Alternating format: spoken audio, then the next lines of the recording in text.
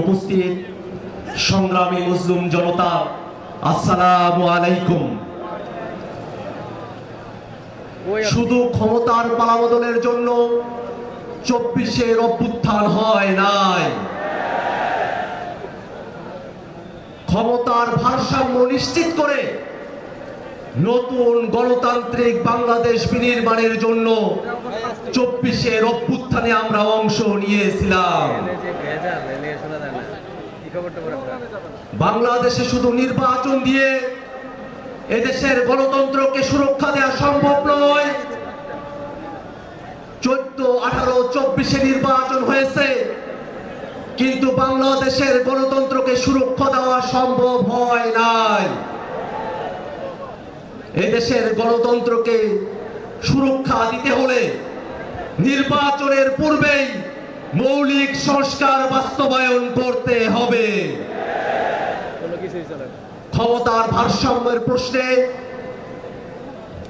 উচ্চ কক্ষে ভোটের অনুপাতে পিআর পদ্ধতিতে নির্বাচন আয়োজন করতে হবে। পিআর পদ্ধতিতে নির্বাচন হলে উচ্চ কক্ষ চাই না, এই বক্তব্য যারা দেয় তারা জাতির সঙ্গে প্রতারণা করে। ভাইরা আমার, এই বাংলাদেশের মানুষেরা দীর্ঘ সময় ধরে জেল, জুলুম, রিমান্ড, গুম, খুন, ক্রসফায়ার, আয়নাঘর, গণহত্যা, মানবতা বিরোধী অপরাধের মধ্য দিয়ে আমাদেরকে জীবন অতিবাহিত করতে হয়েছে। এই বাংলাদেশের মুসলমানরা তারা সংখ্যায় বেশি হলেও অধিকার এবং মর্যাদার প্রশ্নে অপরায়ণ করে তাদেরকে সংখ্যালঘুর থেকেও ছোট করে রাখা হয়েছে। ইসলাম পালনের ন্যূনতম অধিকার বাংলার মানুষকে তারা দিতে চায় না। আমরা স্পষ্ট করে বলি, এই বাংলাদেশে ধর্ম পালনের কারণে কোন মানুষের প্রতি আর কোন জুলুম আমরা হতে দেব না। এদেশের মুসলমান, হিন্দু, বৌদ্ধ, খ্রিস্টান সকল ধর্মের মানুষ সকলে শান্তিতে বসবাস করবে। জুলাই অভ্যুত্থানে এটাই আমাদের প্রত্যাশা। ভাইরা আমার, এই বাংলাদেশের মানুষের উপরে আওয়ামী লীগ এবং তার দোসরেরা যে গণহত্যা এবং মানবতা বিরোধী অপরাধ সংগঠিত করেছে, সেটাকে যদি বিচারের আওতায় না নিয়ে আসা হয়, 24-এর শহীদদের সঙ্গে বেঈমানি করা হবে।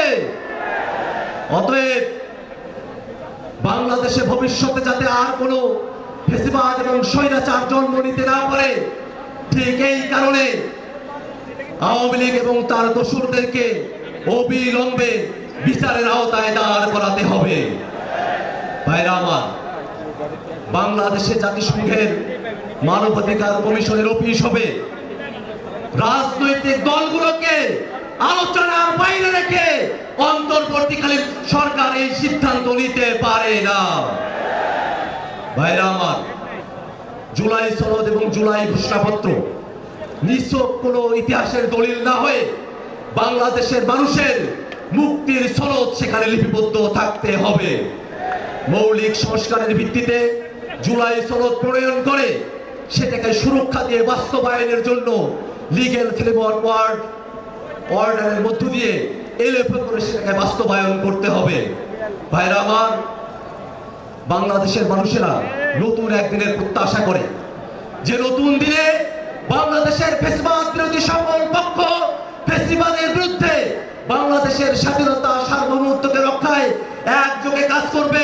এই আহ্বান জানিয়ে জাতীয় নাগরিক পার্টি এনসিপির তরফ থেকে আপনাদেরকে শুভেচ্ছা জানিয়ে আমি আমার বক্তব্য শেষ করছি। ইনকিলাব জিন্দাবাদ। আসসালামু আলাইকুম।